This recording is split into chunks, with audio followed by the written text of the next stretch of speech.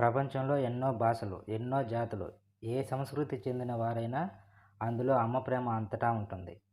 ప్రప ఈ ప్రపంచంలో ఏ జీవరాశికైనా అమ్మ ప్రేమ ఒకేలాగా ఉంటుంది. మనకు ఆకలి ఉందని మనకు తెలియకముందే అమ్మకు ముందే తెలిసిపోతుంది. ఇతరులు ఎవరైనా తింటారా అని అడుగుతారు. కానీ అమ్మ మాత్రం మనం అడగకుండానే భోజనం పెట్టి తినే వరకు అక్కడే ఉంటుంది. మనం ఏదైనా అల్లరి చేస్తే మనల్ని ముందుగా వెనకేసుకొచ్చేది అమ్మ మాత్రమే. అమ్మ కడుపులో పిండం ఏర్పడినప్పటి నుండి ఎన్నో జాగ్రత్తలు తీసుకుంటూ, ఎన్నో బాధలు అనుభవిస్తూ, కనీసం మంచంపై పడుకోవడానికి కూడా, కూర్చోవడానికి, నిల్చోవడానికి ఇబ్బంది పడుతూ, నవమాసాలు మనల్ని మోస్తూ, అమ్మ పునర్జన్మనెత్తుతూ మనకు జన్మనిస్తుంది.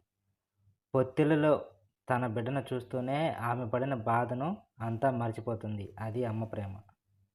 అమృతం ఎలా ఉంటుందో తెలియదు గానీ, అమ్మ పిలుపులో ఆ తియ్యదనం ఉంటుంది. అంతకన్నా ఎక్కువే. మనకు జన్మనిచ్చిన దేవతను ఇంట్లో పెట్టుకొని గుళ్ళు గోపురాలు చుట్టూ తిరుగుతాం. పెద్దలు ఏనాడో చెప్పారు, తల్లి తండ్రి గురువు దైవమని. అందరికంటే ముందు తల్లికే స్థానం ఇచ్చారు.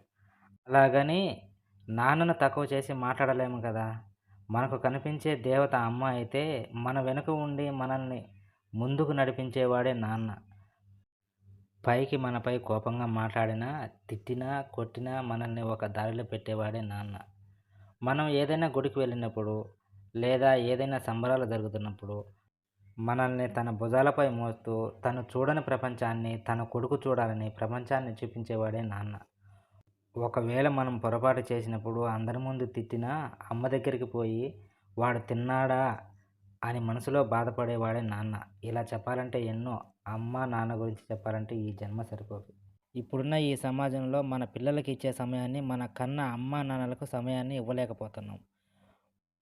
మనం ఎలాగైతే మన పిల్లలను గారాబంగా పెంచుతున్నామో, మనల్ని కన్న అమ్మా నాన్నలు కూడా అదేలాగా పెంచి ఉంటారు అనేదే మనం ఆలోచించాలి. వాళ్ళకి వయసు పైబడ్డాక వాళ్ళు కూడా మనకి పిల్లలతో సమానమే. దయచేసి వాళ్ళని వృద్ధ ఆశ్రమాలకు దగ్గర చేయకండి.